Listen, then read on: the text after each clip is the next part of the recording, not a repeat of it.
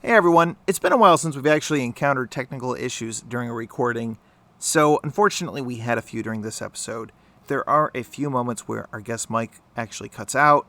During that time, you may hear the response from me as part of just trying to record it to make it flow as best as possible, so my apologies in advance for that.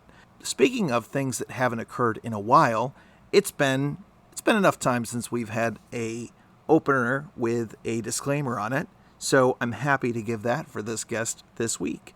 This podcast is for educational purposes only. It is not legal advice. Mike's views and remarks are his own and do not reflect those of organizations in which he is affiliated. And with that, we'll get started.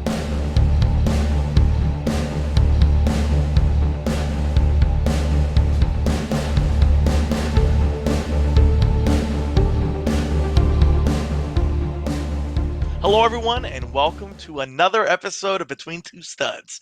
I'm Alex Stud. And I'm Ron Stud. And Ron, episode 25. It's the last episode with a guest of the first season. Right. Well, unless our season finale, that's going to have one guest, right? Well, maybe it's going to be Ruben. We are the guests. Right. Oh, you're right. Right? He's gonna anchor that. So I guess that makes sense. That's fair. This is the last episode of the season under the format that we've had for the last 20 odd episodes. Isn't that crazy? We're at 25 episodes now. There we 25. go. 25. And tonight we have an attorney. Oh. I said, hey, let's redline this. Let's make sure everything's PC, everything's good. There's no issues. Let's bring on a lawyer. And so tonight we have a good friend of mine, Mike DePrince, Esquire. Welcome to the show. Thanks so much, Studs. I just always wanted to call someone an Esquire, so I'm glad I got that one in there. Do you know the history of that at all? Like, why are lawyers Esquires?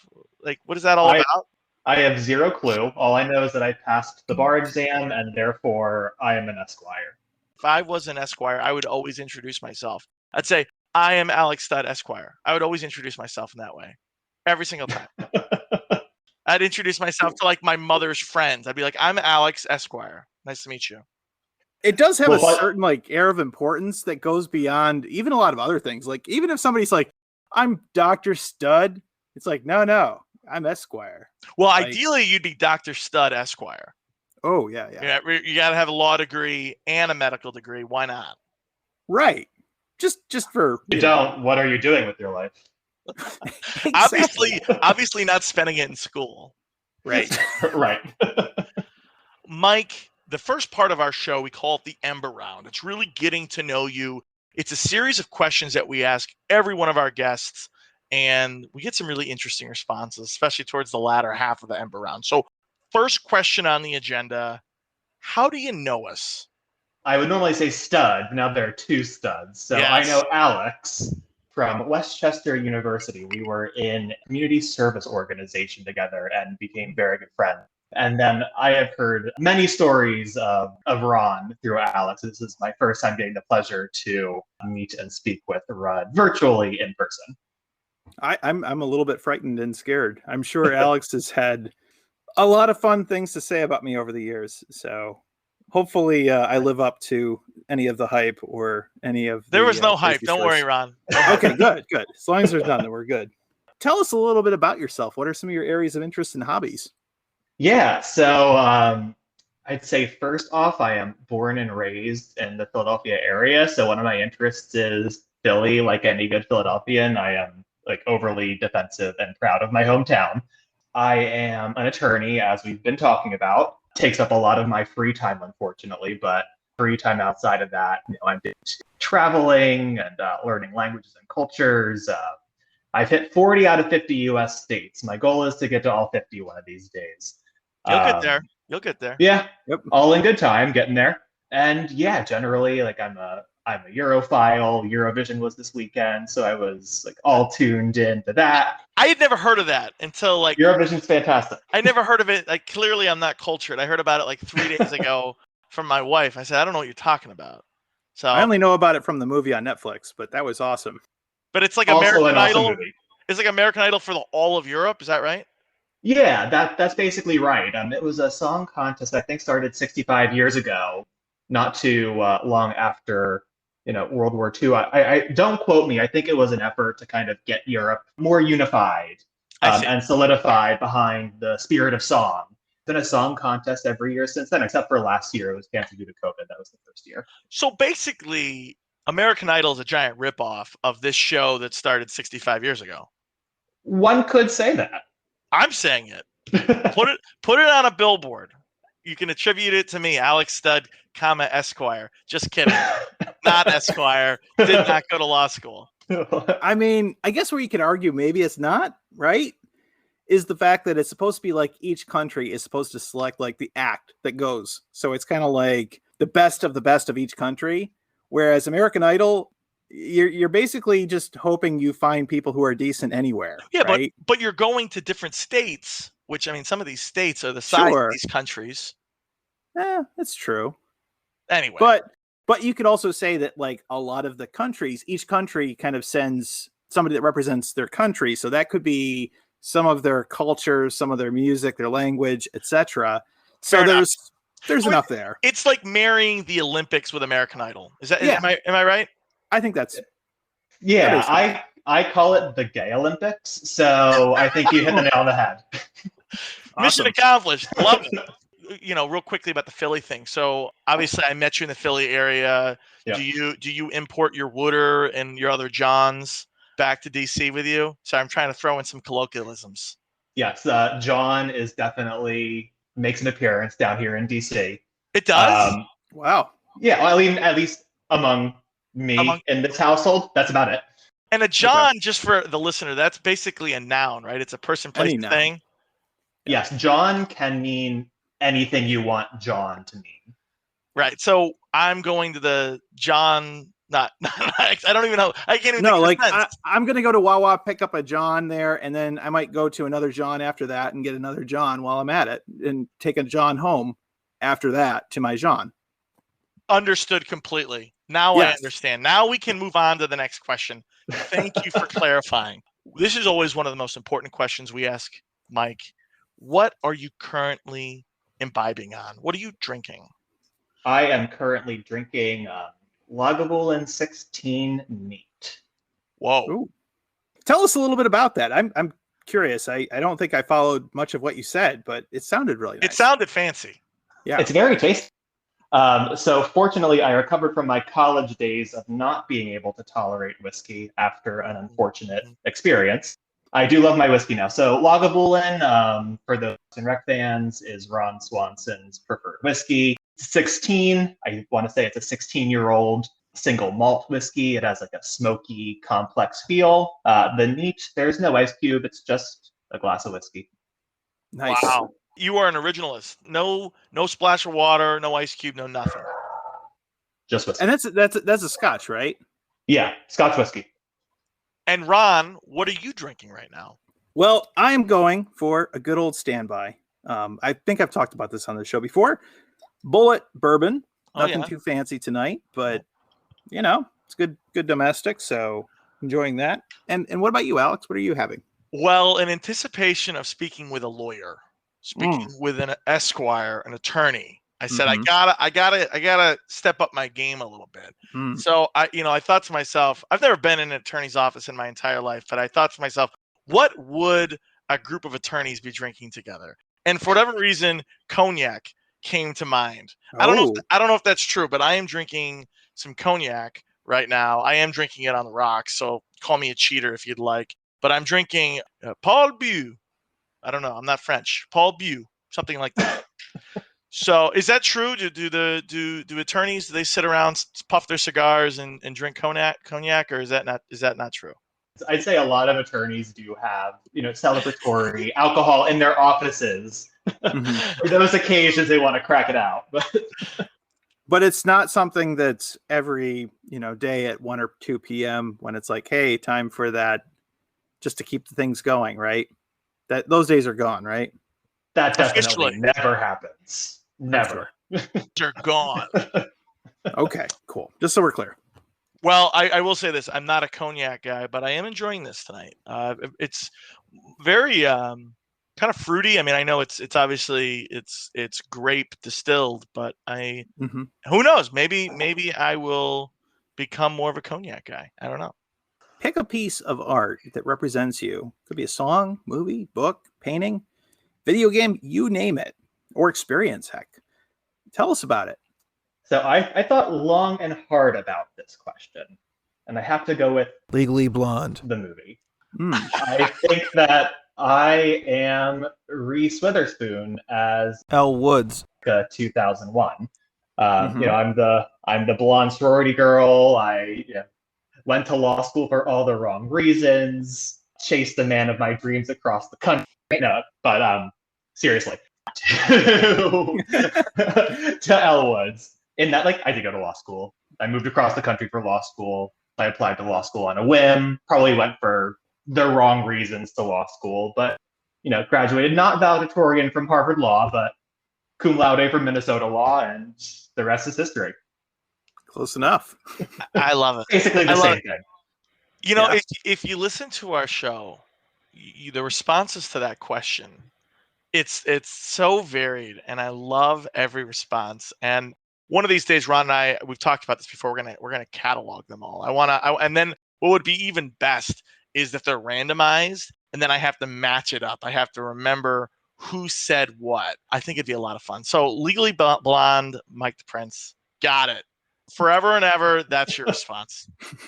So the final question of the round, we actually just added this, and I think it's actually a good one. One of our listeners actually recommended this because he reached out to me, our friend Andrew, who was on the show, and he said, Alex and Ron, you started this podcast due to COVID, right? This show would have not started had it not been for COVID.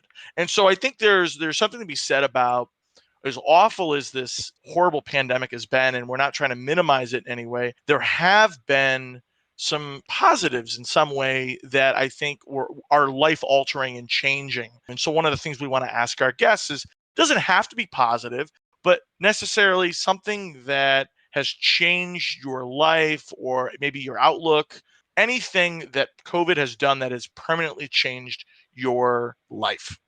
I'd say that my husband and I, work was insane before COVID. Like everyone else, I think there was no time to, stop and reflect on the fact that we used our hotel or our house basically as a hotel. Mm-hmm. And it'd be like a high and by at the beginning of, at the end of every day. We both work full time from home and we see each other. And I'd say one of the best things is also, we always wanted dogs, but we could never, justify getting a dog and never being home. So now we suddenly have two, and I'm mildly obsessed with them, and they are. Did you go from 0 to 2 all at once, or did you get one and then you're like 3 months later, I want another? How'd that work? So we got our first dog, Winston Handsome Pants, Duke of Twerkington is his name. Wow, that is awesome. I love it. Yeah, it's a good one. We got him in April, basically the first week of the pandemic. We were like, we're going to be here for a while. Let's get a dog. So we immediately started calling and found him. The rest is history. And then a year later, we thought, you know what? He really needs a little sister. And out of the blue, someone we had called a year prior, we have dogs. Do you want one? And of course, the answer was yes. So a year later, we got Penelope Sassy Pants, Duchess of Twerkington. And they are best friends. And if you've ever boarded them, how do they respond when you tell them the full name of the dogs? They just go by Winston and Penny for short. Oh. Makes sense. Those are their Christian names if they're being bad. I love it. What type of dogs are they? They're both corgis. They're both corgis. Yeah, nice. Little stubs for legs. Yeah. That's fantastic. Yeah. Well, don't tell my wife that you got dogs, because it's one of those things I've mentioned this on the show before. I win the battles. I will lose the war. We ultimately will get dogs at some point, but I'm holding off as long as humanly possible. But that's fantastic. So you got dogs. You're spending more time with Clint. And it sounded like, I didn't mean to interrupt you. I got interested in the dog thing. But it sounds like you've been able to kind of reflect on time management a little bit. Is that right? Or is that fair to say? Yeah, I'd say that's right. I think so many of us working from home, those of us who do, have a hard time, putting up that boundary at the end of the day and drawing a line between work and home when home is work. But yeah, I definitely say that there's been some reflection of, I can't work, 12-hour days forever and weekends and have it be sustainable. So it's been good to set those boundaries. Love it. Congratulations, Mike. Not only does that sound like a very good, positive thing that came out of a horrible pandemic, but also because you just graduated from the Ember Round at the School of Stud. So congratulations to you. You passed. Congratulations. Thank you so much. I'm honored. You did it. So now we're going to switch gear. We're going to get into a little bit more your career. Obviously, you've talked about how you are a lawyer. I want to dig into that a little bit more because I know after college you moved, because we went to college together at Westchester University in Pennsylvania. You moved to Minneapolis, right? St. Paul, the Twin Cities, and Minnesota. Yep. What was that like, moving to the Midwest, moving to where it's very, very cold? And I assume you didn't really know that many people. Talk to us about that. I really just wanted to change from Pennsylvania, being a lifelong Pennsylvanian, and Minnesota, it fell onto the table and I went for it. It's a unique place in the country, we'll say, being nestled in the upper Midwest, almost in the tundra in the middle of nowhere. People often say, people are Minnesota nice. I don't know if you've heard that phrase. I think that's right. And not to say Minnesotans aren't friendly people, but I think one of the hardest things for people who aren't from Minnesota or the Midwest is that Minnesota nice means like keeping people at an arm's length almost. So there's the phrase, if you want to make friends in Minnesota, go to kindergarten. If you're not from there, it's really hard to penetrate into that circle and establish yourself because everyone's like, why are you in my state? Yeah, that's really interesting. And I don't know if you've heard, there's a similar phenomenon in Seattle, and it's actually it's called the Seattle freeze. Yeah. Have you heard that? I have heard of that. And it's this idea that, like, yeah, you move into Seattle and it's like, who are you? Everyone moves into the city. And in a lot of cases, a lot of people who are from Seattle will just say, you moved here for Amazon or Microsoft and you're going to be gone in a couple of years. So why should I waste my time to get to know you? Right. And that's very interesting. Minnesota, I assume, doesn't have nearly as many transplants, but I can understand where, listen, if you're not from here, who are you? And it's kind of interesting. I've lived in the Midwest coming up on 2 years myself now. Right. And obviously Chicago is very, very, very different from Minnesota. But I will say this. I do think when people talk about Midwest friendliness, my initial take of that is historically the weathers were so horrible, right? Before you had electricity and heating, and you kind of had to look out for your neighbor for survival, right? And so you might not like your neighbor, you might have no relationship with them whatsoever, but I would imagine, especially before the days of phones, you had to look out for your neighbors and your neighbors had to look out for you. That's literally how you got through those rough, brutal winters. So I don't know if there's some of that sentiment in Minnesota at all, but I think that's my very simplistic explanation for why Midwesterners, at least on the surface, appear kind of more friendly than maybe some other parts of the country. Yeah, I think that's right. It probably also explains why people are a little bit more community oriented as well, but more close knit. Yeah, as you know, in Chicago, those winters are brutal, though they are hardy folk. Yes. Fortunately, Ron and I, as you know, we grew up south of Buffalo, and I do believe that growing up east of the Great Lakes, I think, is snowier than in Chicago. But Chicago is way colder. I mean, like, that's right. It's not even close. The cold is cold. Yep, same in Minnesota. It's almost too cold to snow, but it is bitterly cold. Right. I think that's a big thing is, I don't know, it's kind of weird explaining that to my daughter because we live in Atlanta now. And in Georgia, it's like, yeah, we don't get that cold, but it's weird to think, like, for anybody who's listening that's maybe not from the Arctic tundra, there are temperatures where it's too cold to snow.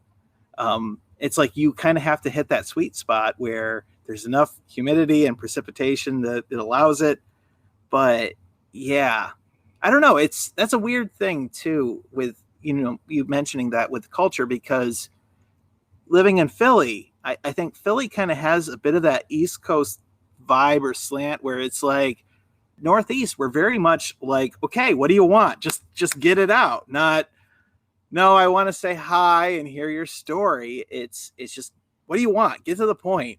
And But there is something to be said. I mean, there is something to be said about the directness, right? Sure. Like, and I've always defended Philly and New York and Boston from that end, right? Mhm. I might say, yeah, they kind of come off as jerks, but you know what? They're going to be very face value to you, right? If they don't like you, you're going to know they don't like you, which I don't think that's the case in the Midwest. I think like my neighbor could hate my guts. I don't know, but he says hi to me every day, right? When I see him, right? Like there is a very much, you don't know beyond the surface, Mhm. which maybe at least on the East Coast, even if they are kind of jerks to you, at least you know that.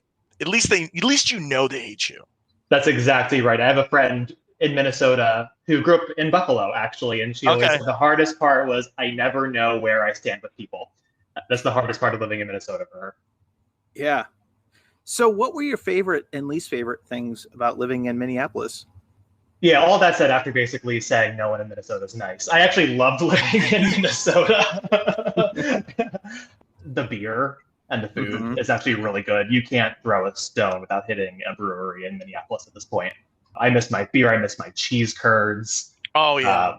You Oh. really can't beat cheese curds. Yes, and I really missed that from Western New York, but then I'm so close to Wisconsin now Mm. You're all that set. I get to enjoy it all year round. Do you mind if we go into a little bit of a discussion about cheese curds? Because I have to imagine we've got listeners who probably have never had cheese curds, or if they've had them, the It's experience is just not anything well, near. if they've had it, it probably wasn't good because its shelf life is Right. so short, especially if you want to get fresh cheese curds, right? Like you can deep fry it and that'll last longer.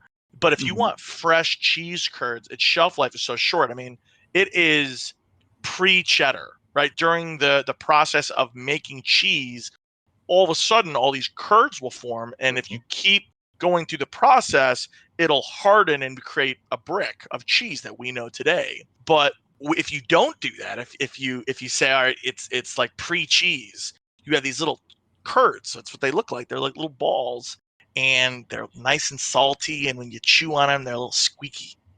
Yeah. Squeaky That's how cheese. that's how you know when they're good. If you bite into it and it doesn't make a little squeaky noise, you know it's like, yeah, this is not good anymore. Most people, if they've ever had it, is in the form of on poutine. Yeah, also poutine's very popular being so close to Canada. hmm And what were some things that you maybe didn't like so much outside of not knowing where you stand with your neighbor? That's a big thing. Mhm. You get accustomed to dealing with the winters, as we've said. It can Mhm. be you go weeks without hitting above 0 Fahrenheit. It could be -25, -50. It's just cold. You Mhm. get used to it, but at the same time, you realize you really never go outside for a lot of the year. There are skyways which connect buildings, which is great, but you never go outside as a result. So that's one of the hardest things to get used to, I'd say. Speaking of when you're stuck inside, it's cold, and you can't go anywhere. Talk to us about the glorious Minnesota only thing known as a Juicy Lucy. And you're going to have to explain to the audience what a Juicy Lucy is. Oh, Alex, it is so good. The Juicy Lucy is this genius, beautiful creation where they take a hamburger, hamburger meat, and you stuff it with cheese. So when you then cook the burger, the cheese melts on the inside, and when you bite in, the cheese oozes out. Simple, but amazing. It is fantastic. The only thing I've learned is you got to, when it comes out, you got to let it sit for a couple minutes. Otherwise, you're going to bite into molten cheese and it's going to burn you like a mother. That is also accurate.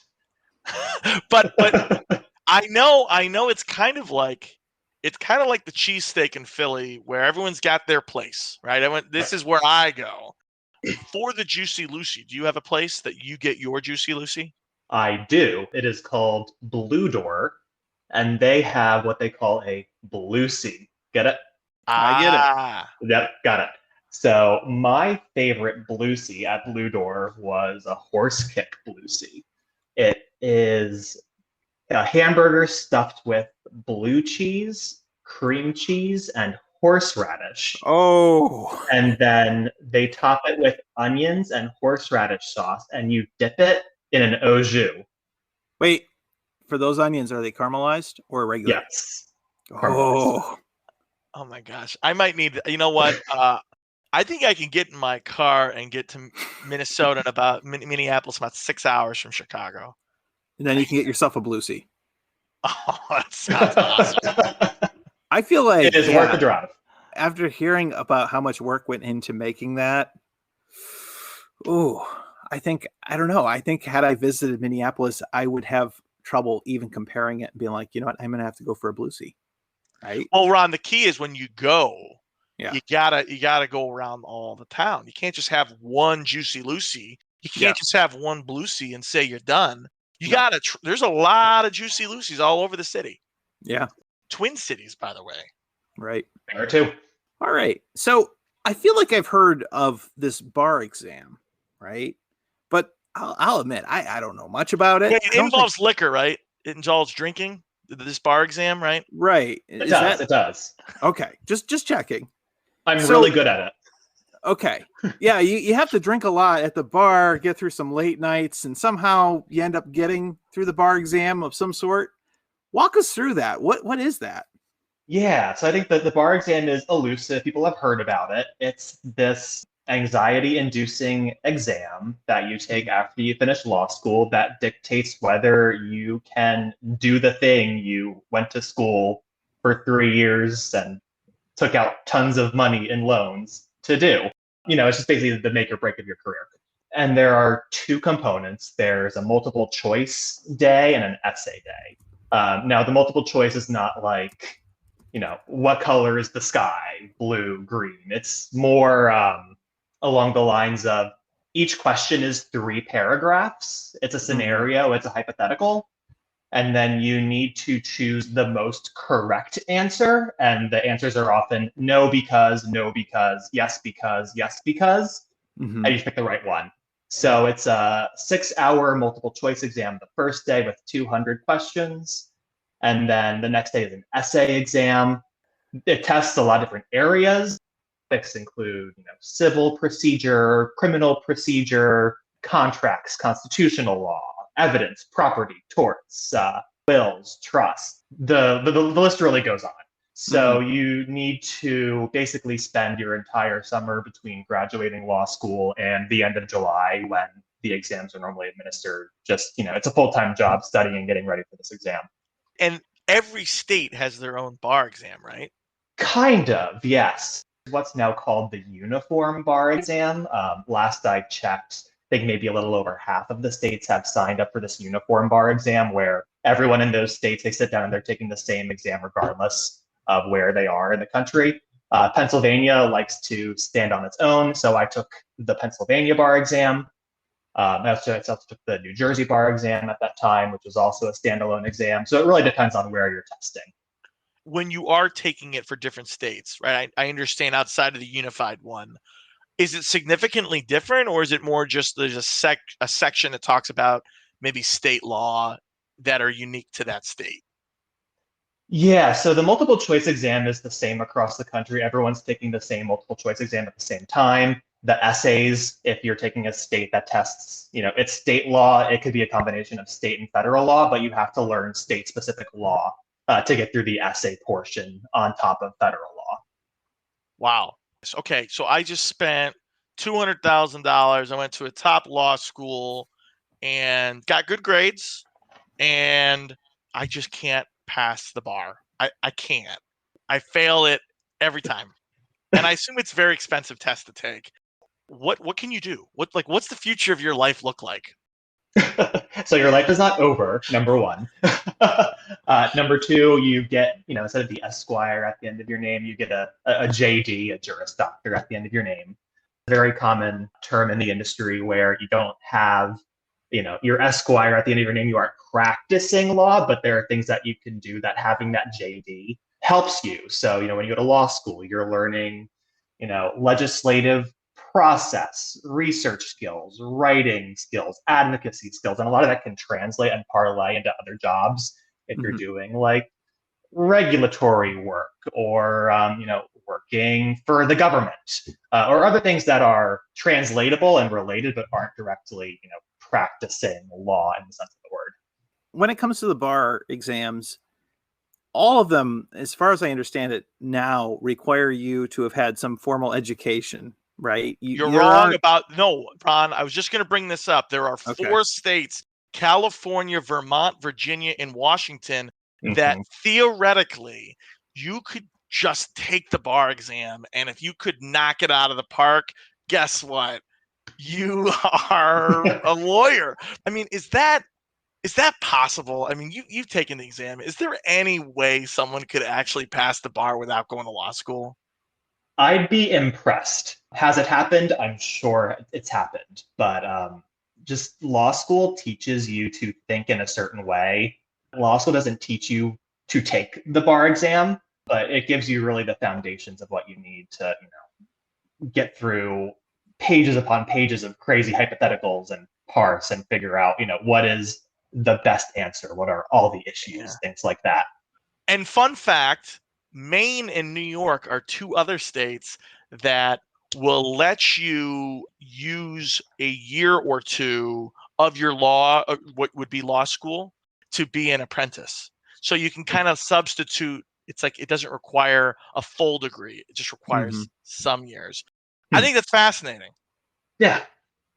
I mean, like, you got to be pretty freaking smart if you can pass the bar without going to law school. I don't know if I want that guy or that lady to be my lawyer, but that's still mighty impressive. It is very impressive. Yeah. So with that, we are going to go to break. When we come back, we're going to talk to Mike about what is it like working for a national law firm with over 1,200 lawyers. And then we're going to get into some fun stuff. I want to talk about living in Washington, D.C. the last couple of years, because I have to imagine that has been fascinating. And we're going to talk about something that's been creeping up in the media right now, which is all this D.C. statehood thing. We got a lawyer who lives in D.C. Who better to give his perspective? So we'll talk about that when we come right back. Hey everyone, it's Ron. Wanted to take a quick moment to ask you, as our listeners, to do a quick favor for us.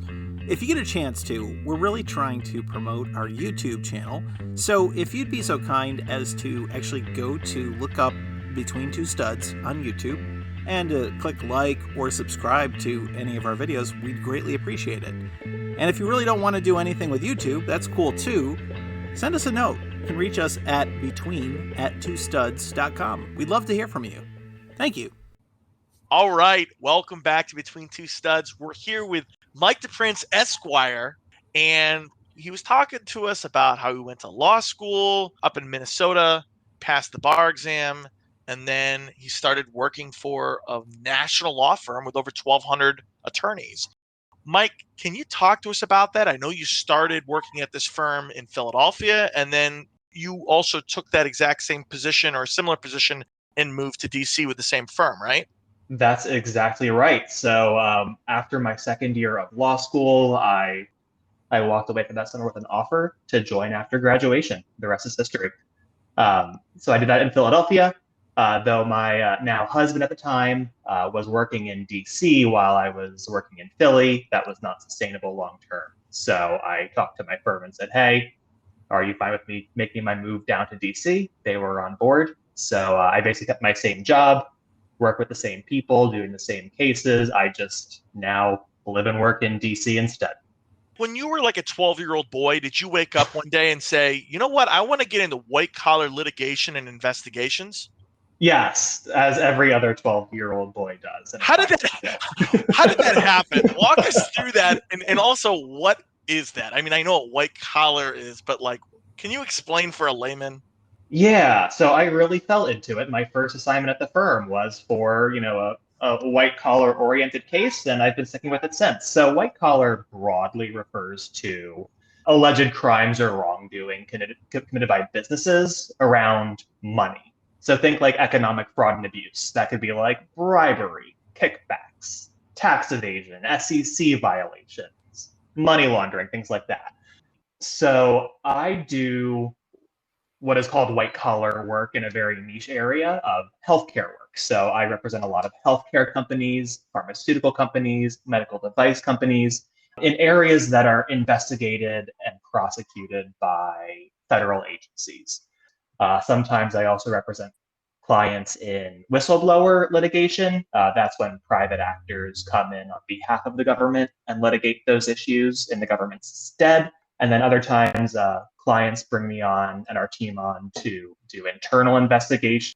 They think something's off internally, or to help them, set up compliant programs if they want to undertake some kind of new program to make sure that they're not going to, tread into it and face some kind of law enforcement action on the other end. So it's really helping healthcare clients navigate through rules and regulations around wrongdoing. So we, as you probably are aware, we're not an overtly political podcast, but what was DC like under Trump as a presidency? And then now with Biden, I mean, I would imagine it's a very liberal city, but I would think that it was probably very contentious when tens of thousands were employed within the Trump administration moved in versus moving out. Tell us a little bit about that. Yeah, so you hit the nail on the head that DC is a very liberal city. I think in the 2020 presidential election, we voted 95% in favor of now President Biden. I think the interesting thing about living in DC under the Trump presidency is that DC is the seat of the federal government, but it's also so many people's home. So every presidency, a new president and administration is coming into our home city, and oftentimes people make that city home and they assimilate and become part of DC. And what was palpably different with the Trump administration was, at least from a resident's perspective, it felt like Trump was very in and out. He was in DC to be at the White House, and then he left to go elsewhere and never really tried to bridge that gap and become part of the DC community. Well, and even his wife, Melania, and their child, didn't they spend almost the first year of his presidency back in New York? I think that's right. So it was just almost an awkward feeling when Trump did eventually come out to things. For example, I went to a Nationals game, and then President Trump came to a Nationals game. It was one of the first times he had gone out in DC in public. He was placed on, the jumbotron and announced, and the entire stadium booed him. And his face just went from like smiling to deadpan, because I think he lived in a DC bubble where he really kept to people who support him and didn't really go outside to DC, where we didn't really like him to begin with, but also never made an effort to become, part of DC. And that's got to be a stark contrast with Biden, who, having been a VP, having traveled as much as he has to DC, and, Alex and I, we have definitely spent a good amount of time in Delaware. It was really very much a known thing that Biden spent a ton of time in DC. He seems as somebody who's much more ingratiating himself into the DC subculture. Have you kind of seen that yourself personally now? Yeah, I think that's right. Most people nowadays, are on Facebook, and they may ascribe to, their community's Facebook page. I've already seen photos of First Lady Dr. Biden, going to the pastry shop in the next neighborhood down to grab a scone and a coffee. And you already feel a difference where they're actually making themselves part of DC while they're living here for the next 4 to 8 years. Yeah. Well, I think it's just really interesting because at the end of the day, I think a lot of people who don't know DC, aren't from DC. It's like, we're electing this person over this person, and that's really all that matters. But it's like, no, when you become the president, you are bringing in tens of thousands of employees with you, directly or indirectly. And by the way, whoever your predecessor, those people just lost tens of thousands of jobs. So it's not just about this guy named Donald Trump or this guy named Joe Biden. You're talking about an establishment of tens of thousands of families moving in and out of DC possibly every 4 years. I mean, what a phenomenon. Yeah, that's absolutely right. If you go on, Redfin in election years, you just see housing on the market in droves suddenly spiking in those election years. That's totally right. I think that's so fascinating. I think it leads really well into, I'm not going to lie, Mike, one of the main reasons I wanted you on this show and I wanted it to be in season one is because of everything happening right now. There's a lot of discussion. It passed the House of Representatives, this idea of making DC its own state. And I think that's something that's been talked about on and off probably since the beginning of when Washington, D.C. was made Washington, D.C. But it's starting to pick up a lot of traction. And I said, who better than an attorney living in Washington, D.C. to comment on it? And I'm not going to lie, Mike, I did some homework before this discussion because this is not like a 2021 conversation. Like to really get into this, and I want your take and I want your opinion, but like this legitimately goes back to in 1783 when Philadelphia was the capital. There was this crowd of Revolutionary War soldiers who they ended the war and they were really upset about not getting paid all their money. So they basically rioted outside of the Capitol building in Philadelphia. Basically, the Continental Congress was not able to do their job. And Continental Congress was like, hey, Pennsylvania, like bring out your militia, do something about this because we need to get back to work.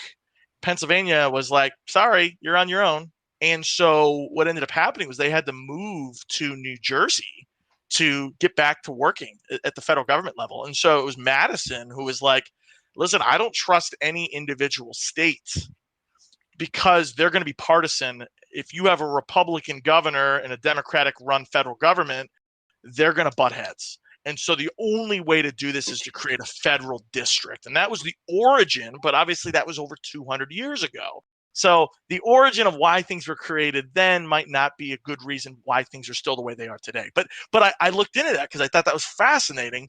And I'd love your take, and maybe not even just your take, but what the sense is. I know we're still getting through COVID, but there's still like a buzz, right? You can tell when there's a community, a buzz. Talk to us about that. The DC statehood movement is stronger than ever, I would say. I mean, I'm a very new DC resident, and from what I can tell, this has been a recurring issue over, several decades. This is not new.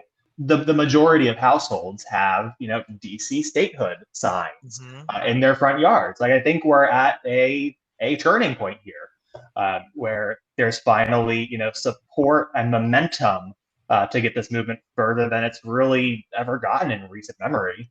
And people are trying to capitalize on that. Over time, right, since 1783, there's been a lot of concessions over time, very slowly but surely. And a lot of these, again, I didn't know anything about, but it's like, well, originally Washington, D.C. was 100 square miles, right? And half of that roughly was given up by the state of Virginia, and half of that was given up by the state of Maryland.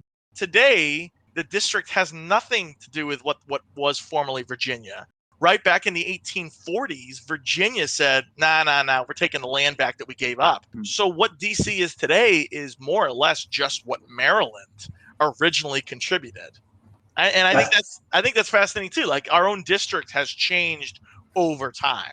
That's right. I mean, when the district was created, there's nothing that prescribes it must be a square district that's 10 miles by 10 miles that kind of sits over a river like a diamond. And like its borders have definitely been in flux over the years. And I think one of the interesting things doing my own homework for this show was I didn't realize that one of the reasons that the Virginian land retroceded back to Virginia was that the Alexandrians DC also wanted to go back to Virginia. So it was almost like this agreement between Virginia and Alexandrians in DC of let's get this land back to Virginia. I had to look it up on a map because I saw the same thing. I didn't believe that Alexandria was originally part of DC. I couldn't believe that. I had to look it up, and sure enough, it was. It was the bottom right corner. Yeah, and if you look at the current county lines that are in Northern Virginia, you can basically see what was once the sideways square that was the DC, because now Arlington County is the square. From what I understand, the district was originally 10 miles by 10 miles. You had 100 square miles.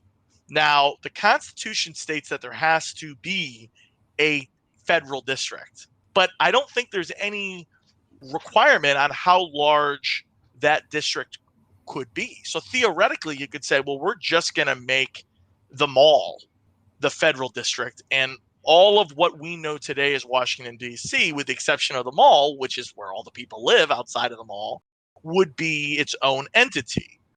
And I think that's a really, really interesting and thought-provoking idea. Of course, the devil's advocate in me would say, well, Virginia retook its own land. Why wouldn't what is D.C. today, which was all originally part of Maryland, why wouldn't it just be part of Maryland again? Yeah, that's a fascinating question. So I think first, the idea of retrocession, interestingly, has a lot of roots in slavery. One of the reasons why in Northern Virginia, that was then DC, wanted to get back into Virginia was to protect a vital part of its economic industry, which was its port, which garnered a lot of slave trade. So it was strategic for Alexandrians to get support in Virginia and vice versa to bring part of that land back into a stronghold southern state. So first, I think it's interesting that we're talking about retrocession today when its roots are really rooted in slavery and racism. Another part of retrocession is that Virginia and what was then the Virginia portion of DC agreed to this. When you look today to what is now DC, DC has 750,000 residents, and that's comparable with 5 U.S. states in terms of population. There are a lot of people here. And really the dynamic is what is now DC today has its own culture, its own history, its own interests. So I think when I looked at recent polling, like DC really doesn't want to be part of Maryland, and Maryland really doesn't want us either. So what's so different about the retrocession discussion today is it's people who aren't in Maryland or DC coming in and saying, no, we don't want DC to be a state. We actually want you to rejoin. And it's almost like this federal mandate being imposed on people who mutually don't want this. I think that's a really, really good point that you bring up. Of course, the skeptic would say, I mean, you mentioned it earlier, right? In this 2020 election, 95% of DC constituents voted Democratic. They voted for Joe Biden. Well, is this just a ploy to get 2 more Democratic senators, a guaranteed 2 more every single election cycle? I think that's going to be the natural response by moderates and conservatives. Do you think that's a fair thought, or is that just a bunch of hubbub? Yeah, I would tend to say it's a bunch of hubbub. I think the politicized nature needs to be removed from the basic question of, do people who live in the United States and pay taxes deserve to have their interests represented in front of the federal Congress? And I think the answer to that question is yes. When you add on the extra politicized layer of, does DC deserve 2 Democratic senators, for example, that's then politicizing the basic question of what we should be focusing on is, should people be represented in our government? And I think most people, once you take out that political nature, the answer would be yes. And would DC necessarily vote 2 Democratic senators? Like it probably would. But I think the question is, should the district be able to have the people of its choosing represent its interests? If that happens to be Democrats, so be it.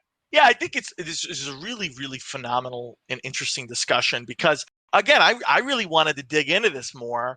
And as I was doing my research, and obviously you have as well, is when you look at the history of DC, the thing that actually stood out the most to me, more than the representation, and I know that might sound crazy to you, like what's more important than the representation?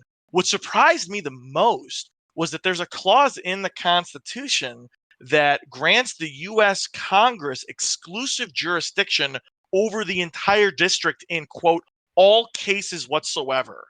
So what that means is that the United States Congress could overturn local laws within the city of DC. Has that ever happened? I'm not aware of it. It could have. But to me, to say, wait, we have local government. Forget about federal government for a second. We have a local government, and the federal government could say, now we're going to squash that. Now, to me, that is unfair representation. I think this happened before I moved to DC, but Washington, D.C. legalized marijuana, and Congress actually moved to block DC's step forward to legalize marijuana. So that is absolutely correct, that DC law can only really govern itself to the extent that Congress wants us to govern ourselves. But I have no say what goes on 2 miles down the road that then impacts not only us, but the entire country. It's a little bizarre that there is this artificial barrier standing between us and representation. That's what I view as purely political. I will say this, just to be devil's advocate, Mike, because I got to play devil's advocate. Absolutely. It's not fair to say they don't have any representation at the federal level because of the 23rd Amendment. The 23rd Amendment was specifically put in to say, you know what, even though DC is not a state, we are going to give them 3 electoral votes during the presidential election, which is why when you said 95% of people voted for Joe Biden in 2020 in DC, it meant something. Now, it doesn't mean something for any other territory in the United States because they don't have that particular 23rd Amendment protection.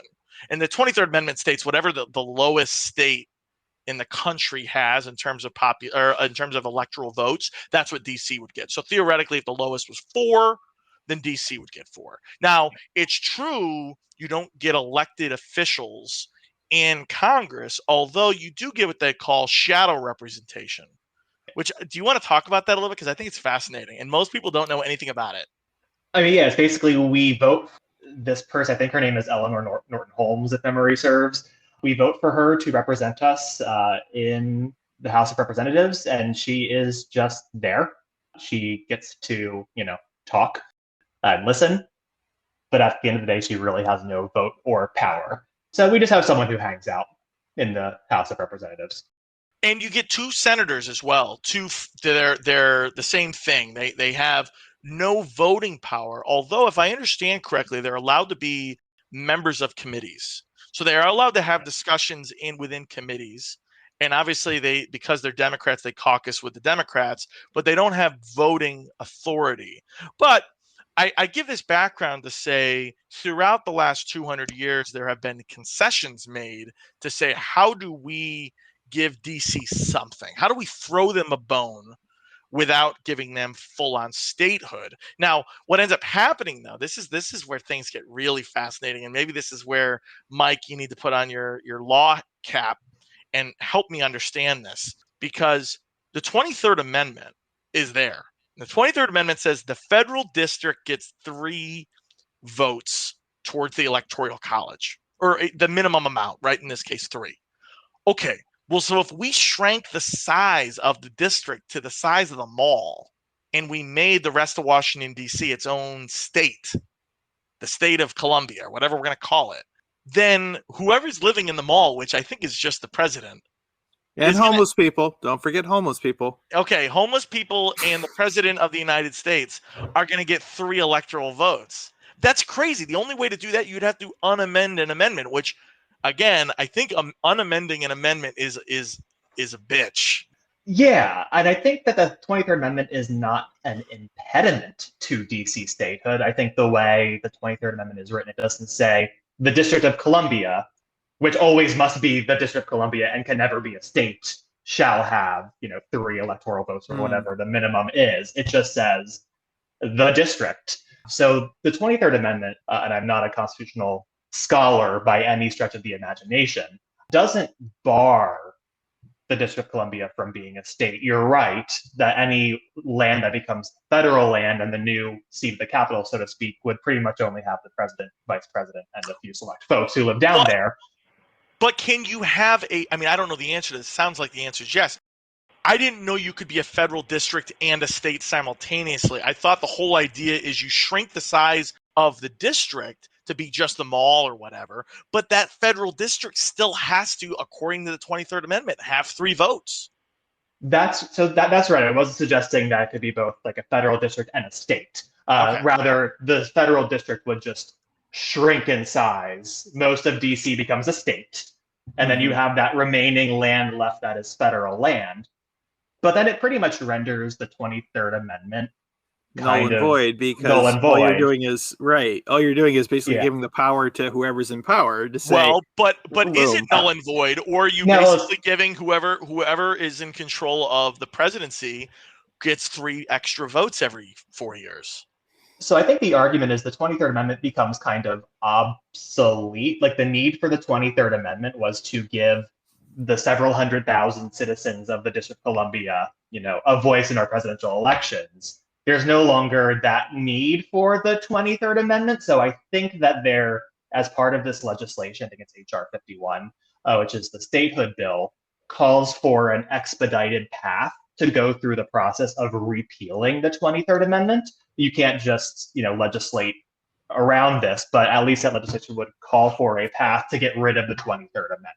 Well, I completely agree with you on that. It makes the 23rd Amendment obsolete, but it's still an obstacle, because if amendments change interpretation or motive over time, right? Like, this better than both of us, right? Like the 14th Amendment interstate commerce clause, that original interpretation, when that was put in the books in the 1860s, it's used in constitutional law in very, very different ways today, right? So you could make the same argument that, well, the 23rd Amendment had a very specific purpose when it was put on the books, but if Washington, D.C. becomes its own state, you still have the 23rd Amendment. You're going to have to interpret it somehow, right? Even though, like, in the origin of why it was put on the books in the first place is obsolete, you still have to deal with it.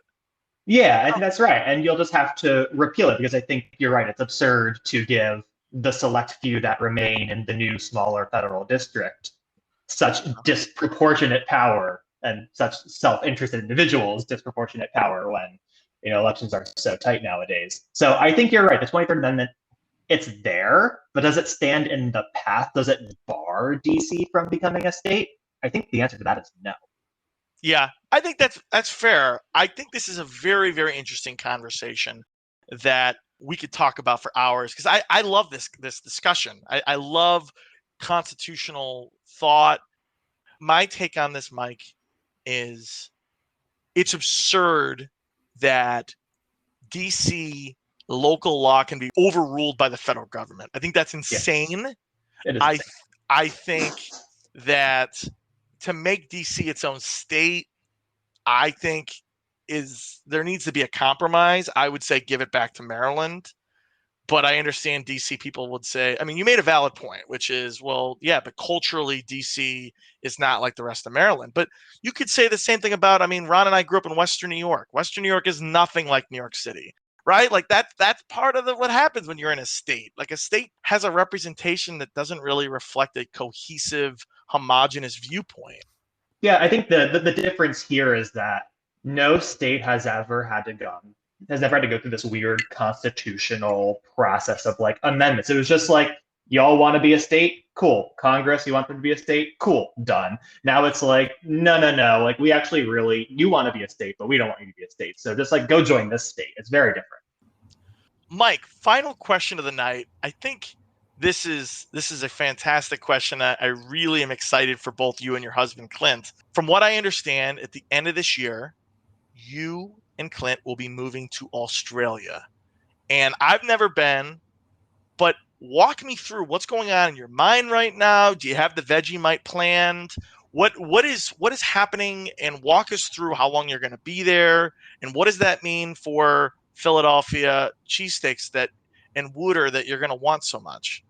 Those are all good questions. This is the last thing that was on our 2021 bingo card. Clint, he works for the government. He is a civilian in the U.S. Navy, and he applied for a job not knowing where they could station him if he got the offer. And he got the offer, and they said, we're going to send you to Melbourne, Australia for at least 3 years if you want it. So we had an oh crap kind of week of, are we doing this? Are we really doing this? And we're doing it. It's one of those offers you can't quite pass up.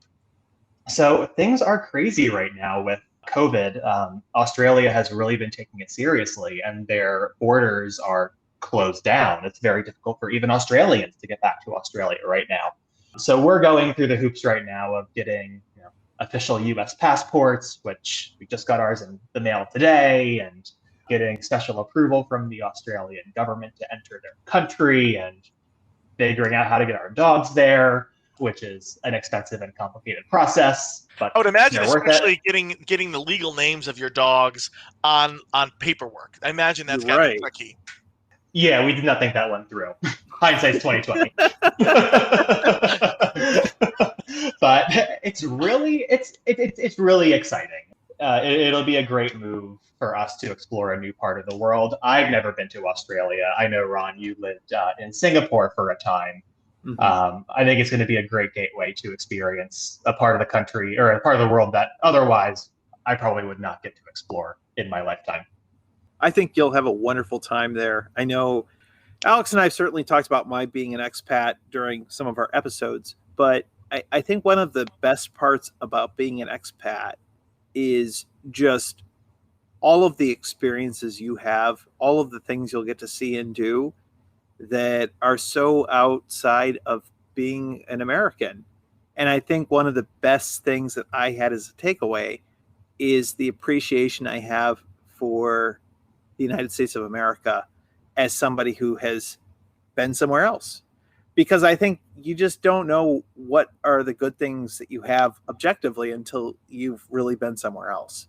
So I'm sure you and your husband will have a wonderful time there. I have nothing but great experiences with Australians, and they're funny people. So I think you'll have an awesome time. So congratulations. Yeah, thank you so much. I look forward to being on Between Two Studs Season 3 with my up close and personal of how is Vegemite and driving on the left-hand side of the road going. Yes. And you need to talk to us about koalas, didgeridoos, and kangaroos. We would absolutely love that. Do you have like a bucket list that you're working on while you're in Australia? Like, do you want to do the Great Barrier Reef? Like, do you have like a list, or is that you're not even thinking there yet? We're starting to get some of our to-do list. There's the Barossa Valley, which is like the Napa Valley of Australia. We definitely want to frequent as much as possible. Mm-hmm. We want to see New Zealand. We want to see Tasmania. We want to experience Eastern Asia, which I've never done. There's so much already, aggregating on this list. We can make it more manageable, if anything. Well, and I just cheated. I went on Wikipedia and Googled Australia, and get this. Immigrants account for 30% of the country, which is the highest proportion amongst all major Western nations, which is funny that Australia is considered a Western nation, but that's neither here nor there. I guess culturally it is. You're not going to be alone. You're not going to be the only expat in Australia. That's for sure. That's very correct. Yeah. Well, that's very cool. Well, we are so excited to hear more about it. Obviously, when we coordinate season 3, it's going to be a lot more difficult. It's going to be like 10 a.m. your time, 11 p.m. our time, or something absurd like that. Yeah. But we will make it work, and it'll be a lot of fun. And I mentioned this to you previously, but my wife went to Australia, did the Great Barrier Reef, fell in love with it. I've never been. And if you and Clint are going to be there for 3 years, well, I think I'm going to find an excuse to get out there and visit. We will have a second bedroom, so you better. Awesome. Looking forward to it. Well, Mike, thank you so much for taking the time to kind of explain to Ron and I the world of law, talking about the wonderful city that is DC, talking about the juicy Lucy, and we're excited for your future adventures together with your husband, Clint, and we're excited to have you on in a future episode. Yeah, thanks so much, you both. It's been a blast.